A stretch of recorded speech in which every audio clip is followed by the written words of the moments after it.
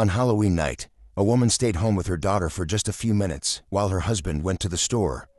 When he returned, he was met with a horrible sight, something you wouldn't even see in horror movies. Later, even some police officers had to seek psychological help, as they had never dealt with anything quite like it, and the truth in this dreadful case shocked everyone who was involved.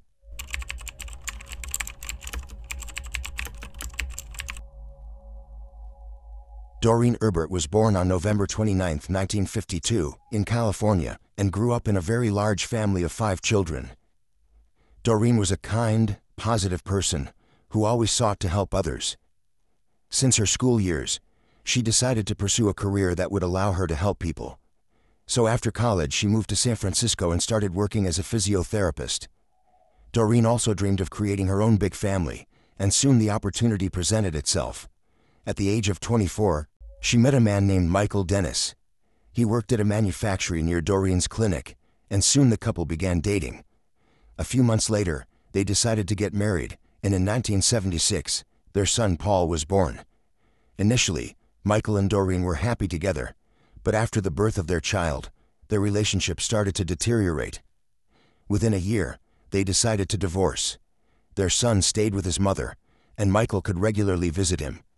Despite all this, they maintained normal relationship. A year later, Doreen met a man named Charles. They began dating, got married, and decided to move to San Jose, settling in a quiet residential area. In 1979, their daughter Diana was born.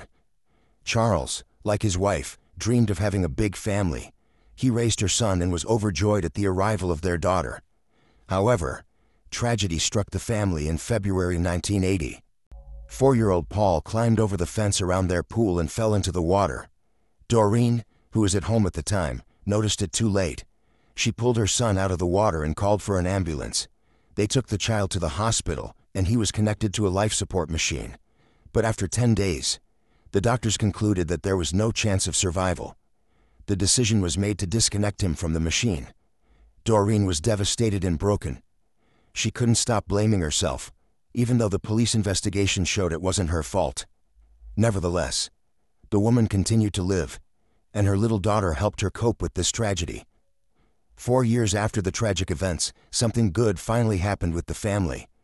Doreen and Charles had been trying to have another child for a long time, but unfortunately, pregnancy had been interrupted twice.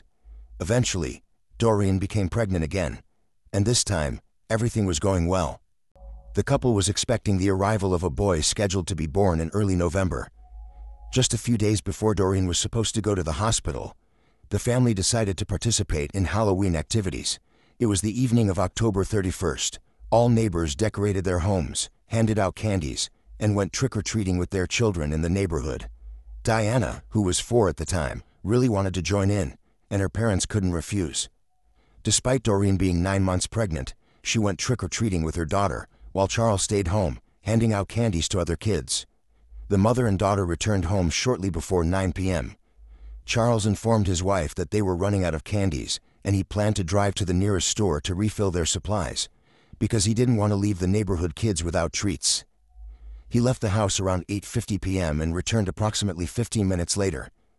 Approaching the house, he noticed the front door was slightly ajar, which struck him as odd.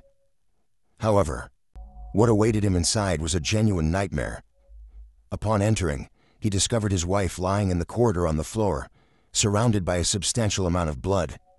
Doreen showed no signs of life, and Charles immediately called 911. Soon he noticed that in the living room lay the body of their unborn child. The man was in a deep state of shock, unable to believe what he was witnessing.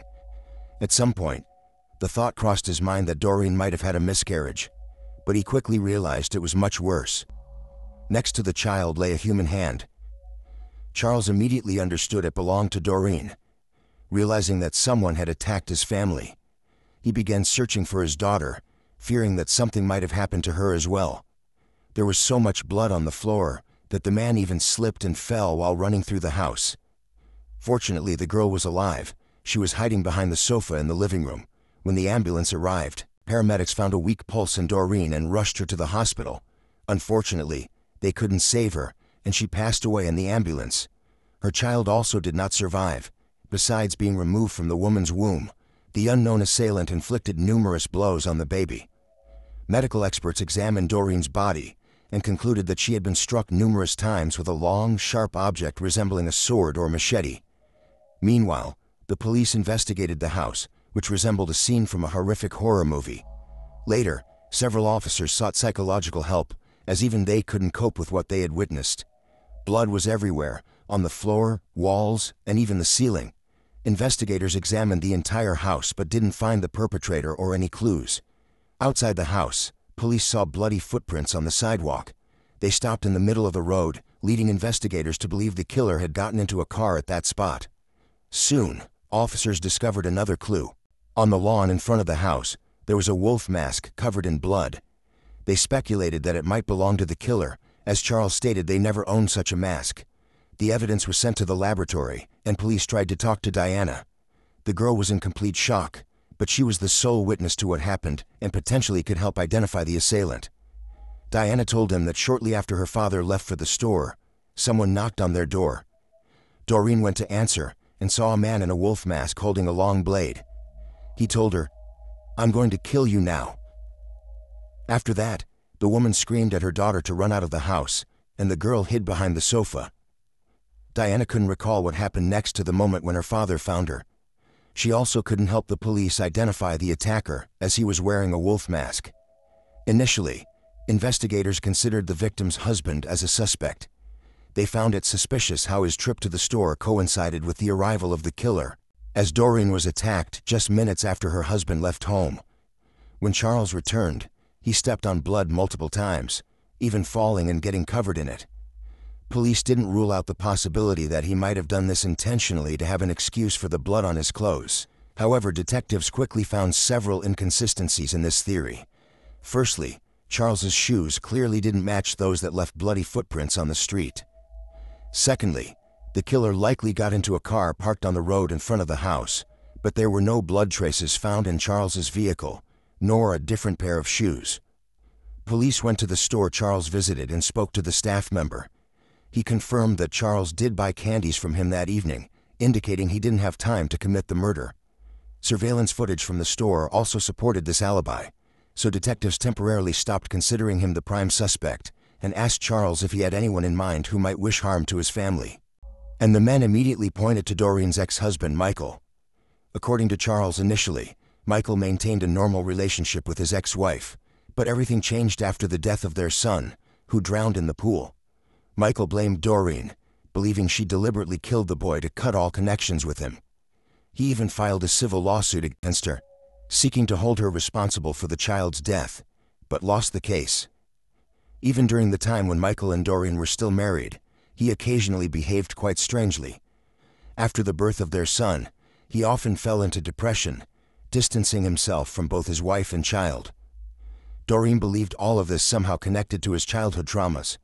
Michael had hearing problems from an early age, requiring him to constantly wear a bulky hearing aid. In those days, it was a rather large device, and because of it, other children constantly teased Michael. All of this led to the man growing up introverted, practically having no friends, and avoiding interaction with women.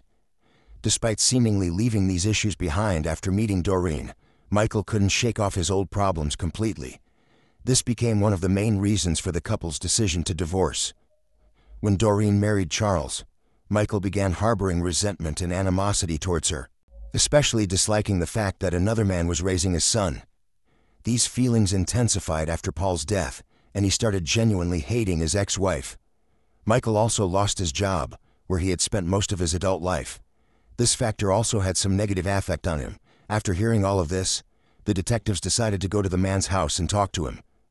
Charles's account was clearly insufficient to make Michael the prime suspect, but since he lived only 2 miles from Doreen's house, they decided to pay him a visit right away.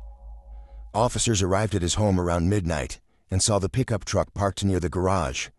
They shined a flashlight inside and saw something resembling blood on the steering wheel and keys. Afterward, they knocked on the door, but nobody answered. The lights were on, and officers could hear water running inside the house, leading them to suspect that the man might be disposing of evidence or cleaning blood-stained clothes. So they continued knocking. Michael eventually opened the door. He remained calm, even after being informed about his ex-wife's murder. The man answered all their questions nonchalantly and allowed the officers inside without a warrant. According to him, he went to the store during the day, returned home, and hadn't left since. Michael even agreed to sign voluntary consent papers to allow a search of his house. As he reached for the pen to sign, investigators noticed a deep cut on his right hand. Michael claimed he accidentally cut himself earlier while carving a pumpkin for Halloween. However, the police doubted his words. The wound was visibly fresh, and blood was still oozing from it. Meanwhile, a few officers started searching his house. Michael went upstairs with one of them since they asked him to show his ID. When they entered his bedroom, Michael reached for the bed headboard, but the officer immediately told him to step aside. His actions seemed suspicious. Why would he keep his documents behind the bed? When the officer approached, he saw a holster hanging on the bed headboard with a loaded gun inside. He took the weapon and led Michael downstairs to the other officers. Meanwhile, his colleagues discovered blood droplets on the floor, leading them to a washing machine in the garage and a pile of clothes with bloodstains. This was sufficient for an arrest, and they took the man into custody. Afterward, detectives, along with forensic experts, scrutinized the house more thoroughly, seeking evidence that might link Michael to the murder. The analysis of the blood would take a few days, and meanwhile the police found some new gruesome discoveries. At first, they uncovered an empty box for a machete with an 18-inch blade. Medical experts confirmed that this model perfectly matched the wounds on Doreen's body. Secondly, Michael had 2 makeshift coffins in his house, leading detectives to suspect they were intended for Doreen and her husband. Additionally, the police found body bags typically used by medical staff. Considering Michael had no association with these items, it raised significant concerns. Putting all these pieces together, the police went to the judge to request a warrant for the suspect's arrest for an extended period. Without it, they could only detain him for a limited time. However, the judge deemed the evidence too circumstantial. As a result, Michael had to be released, and the man walked free. Nevertheless, 3 days later, the detectives got the answer from the lab. Experts found 2 types of blood at the crime scene, belonging to different individuals. Blood type analysis revealed that the majority of it shared the same blood type as Doreen, with a small amount matching Michael's. Apparently, the man injured himself during the attack on his ex-wife. This time, the judge promptly issued an arrest warrant, and Michael was officially charged with the murder of his ex-wife and her unborn child. Soon, detectives found another piece of evidence linking him to the crime. Speaking with Michael's acquaintances, they learned he owned the exact same wolf mask found near Doreen's house. On the previous Halloween, he wore it to a party, and police even discovered a photo of Michael wearing the mask. To eliminate any doubts, they found in his home the exact clothing he wore in that photo. But the story of the mask didn't end there. To further strengthen the case, police interviewed all of Doreen's neighbors about that evening. It turned out that children going door to door for candy saw an adult man wearing a wolf mask standing across the street from the victim's house, staring at it. Notably, they spotted him around 7 p.m., 2 hours before the murder. Michael's trial began in July 1988, 4 years after the murder. Initially, he pleaded guilty, but later changed his plea. He didn't deny committing the murder, but claimed innocence due to mental health issues.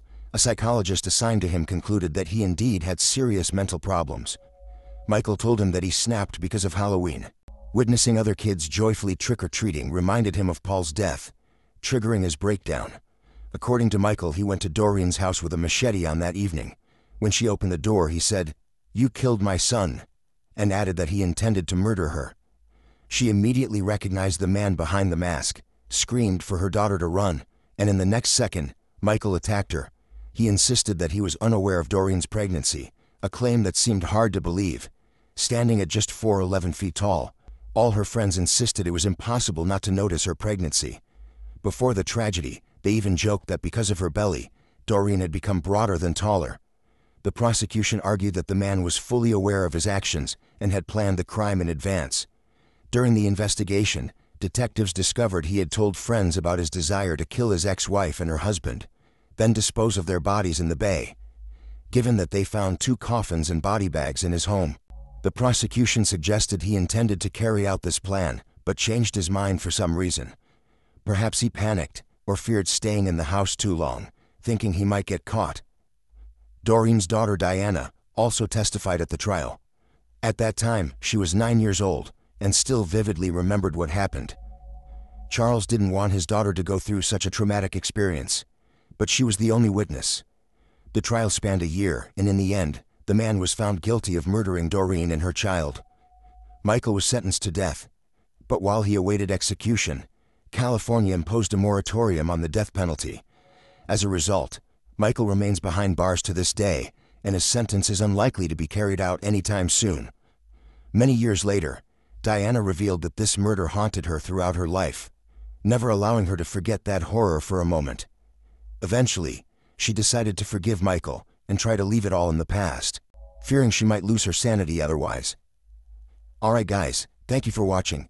If you enjoyed my video, please share your thoughts on this story, and don't forget to like and subscribe to the channel. Your support means a lot to me. Thank you.